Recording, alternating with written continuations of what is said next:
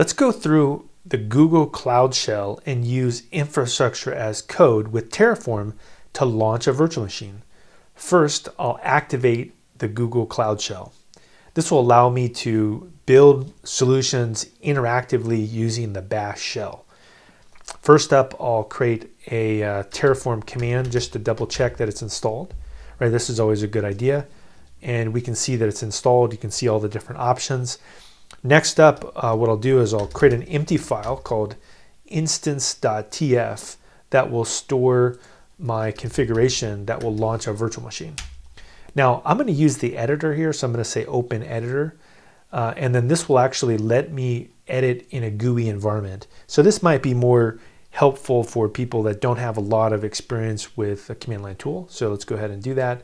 Here we go. Here's instance.tf. And what's nice is you can see that this editor also recognizes that it's a Terraform file. So it's got good support for it. So I'm going to copy the configuration data. I'll put it in here. And notice that the only thing I'm going to need to do is put in my project ID inside of this section. I can get it by going up into the project ID section and grabbing it out of here. Great. Copy that, and I'll just paste this inside of this project ID. Perfect. Now that I've got this project ID set up, let's go through this configuration. So first, I call this Terraform, right? That's the name of the virtual machine. The machine type I'm going to select is N1 Standard 1, and this is the zone where this is the place inside of the Google Cloud, so the central part of the United States that I'm going to launch it.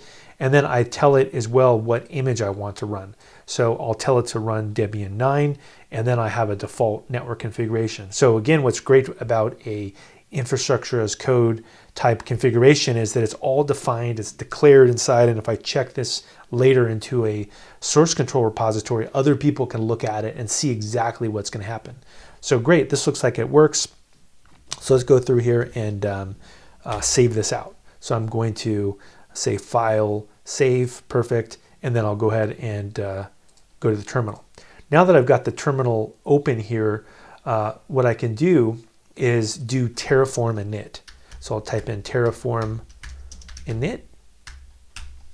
Great, and so what this is going to do is in the background make sure that I've got everything I need for Google to go through and run the infrastructure as code steps.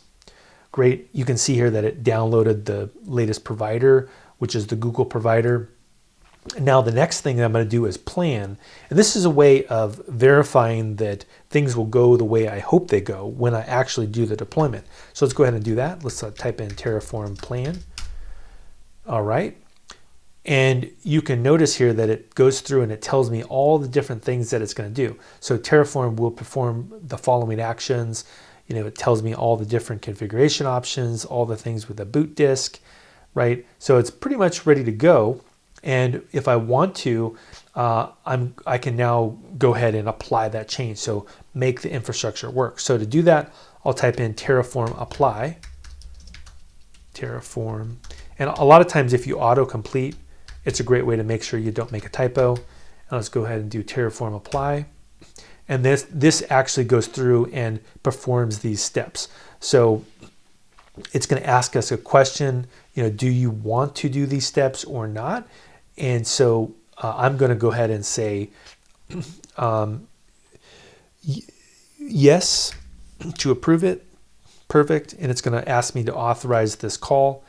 And then behind the scenes now, it's going to go through and create that resource via the API on my behalf. And that's, again, one of the great things about infrastructure as code is how useful it is in terms of simplifying the deployment process and making it repeatable. This will typically take a few minutes for the virtual machine to be available. So we'll wait a second and see what happens. Great, it's already available. You can see that it's complete. So how would I find this virtual machine? Well, we could go back here and find this virtual machine inside using the instances. So to find this virtual machine, we could go to the dashboard and look at the compute instance resources. Here we go, compute engine, and there it is. The virtual machine is running. This is exactly what we told it to do. It says Terraform is the name.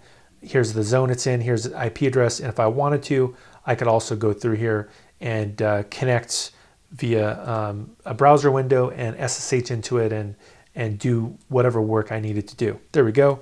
You can see here that everything was able to launch correctly. So in a nutshell, Terraform is a idempotent way to launch and configure resources. And this is just the tip of the iceberg about what you can do with Terraform.